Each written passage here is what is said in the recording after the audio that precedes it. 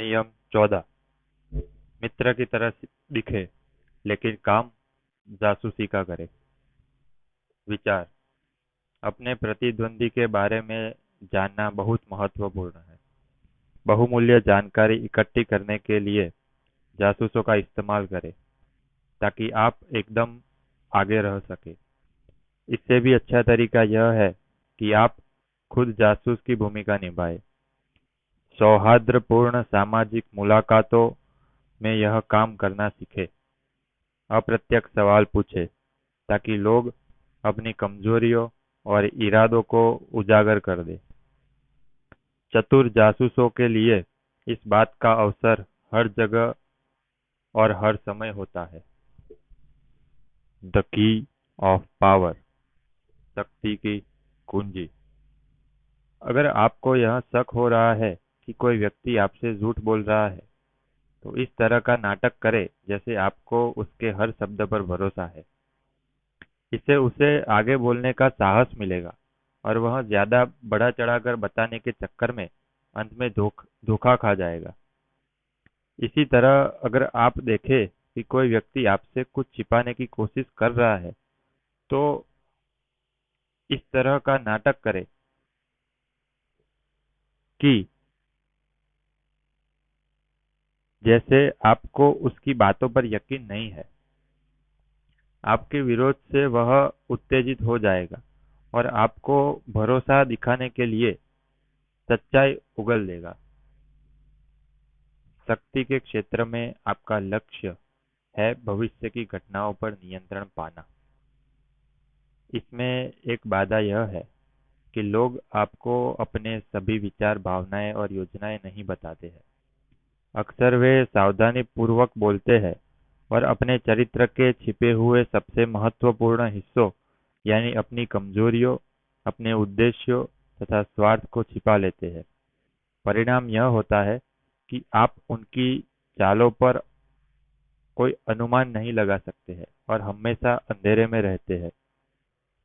इसकी कुंजी यह है कि आप ऐसा कोई तरीका खोजें जिससे आप उनकी जांच कर सकें, उनके रहस्यों और छिपे हुए इरादों का पता लगा सकें, लेकिन ऐसा करते समय उन्हें आपकी योजना मालूम न हो पाए। यह काम उतना मुश्किल नहीं है जितना आप सोचते हैं।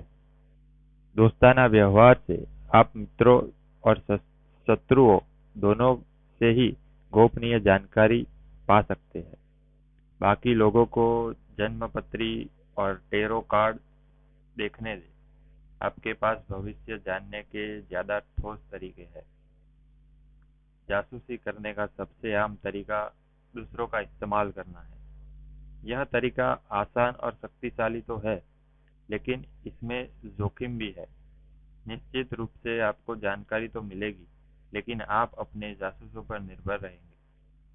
हो सकता है कि वे अयोग्यतावश आपकी जासूसी को उजागर कर दें या गोपनीय रूप से आपके खिलाफ हो जाए। इससे ज्यादा अच्छा तो यह है कि आप खुद जासूस बन जाए और दोस्ती का नकाब ओढ़कर गोपनीय जानकारी इकट्ठी कर ले। फ्रांसीसी राजनीतिज्ञ टैलीरैंड इस कला में बहुत निपुण थे। उनमें सामान्य चर्चा में लोगों से रहस्य उगलवाने की अद्भुत योग्यता थी। लोगों का कहना था कि टैलीरैंड बातचीत में बहुत निपुण है, जबकि सच तो यह था कि वे बहुत कम बोलते थे। वे अपने विचारों के बारे में कभी बातें नहीं करते थे, बल्कि सामने वाले के विचार उगलवाने की कोशिश करते थे। वे ऐसी बात कह देते थे जो गोपनीय लगती थी, जबकि दरअसल वह मनगढ़ंत होती थी। फिर वे अपने श्रोताओं की प्रतिक्रिया को गौर से देखते थे। सामाजिक समारोह जैसे मौकों पर सतर्क रहे। इस समय लोगों का रक्षा तंत्र कमजोर होता है, इसलिए लोगों से बातचीत करके आप उनसे बातें उगलवा सकते हैं। यह रणनीति इतनी जबरदस्त है कि आपकी रुचि को गलती से आपकी दोस्ती मान लेंगे। इस तरह आपको न सिर्फ सामने वाले के भेद मालूम चलेंगे, बल्कि आप उसे अपना समर्थक भी बना देंगे। बहरहाल, आपको इस रणनीति का प्रयोग सावधानी से करना चाहिए। अगर लोगों को यह शक हो जाए कि आप बातचीत के बहाने उनसे भेद उगलवा रहे हैं, तो वे आपसे कतराने लगेंगे। इसलिए मूल्यवान जानकारी पर नहीं, बल्कि दोस्ताना बातों पर जोर दें। जानकारी के रत्नों की तलाश को बहुत स्पष्ट न होने दें, वरना आपको सवालों से सामने वाले आपके इरादे भांप लेगा और आपको आपकी मनचाही जानकारी नहीं मिल पाएगी। जासूसी के बारे में ला रोशफुको ने इस बात चाल की सलाह दी है कि सच्चाई बहुत कम लोगों में होती है और यह अक्सर सबसे चतुर छलावा होती है। दूसरों का विश्वास और रहस्य हासिल करने के लिए इंसान सच्चा बन जाता है। अगर आप किसी के सामने अपने दिल की भावनाएं उजागर करने का नाटक करते हैं, तो इस बात की संभावना बढ़ जाती है कि वह भी आपके सामने अपने रहस्य उगल देगा। अगर आप उसे कोई झूठा रहस्य बताएंगे, तो बदले में वह आपको सच्चा रहस्य बता देगा। दार्शनिक आर्थर शोपेनहावर ने एक और चाल का सुझाव दिया है।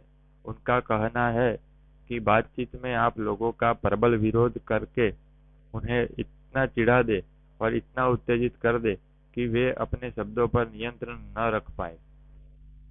उग्र भावनात्मक प्रतिक्रिया में वे अपने बारे में हर तरह के सच को उजागर कर देंगे, जिनका आप बाद में उनके खिलाफ इस्तेमाल कर सकते हैं।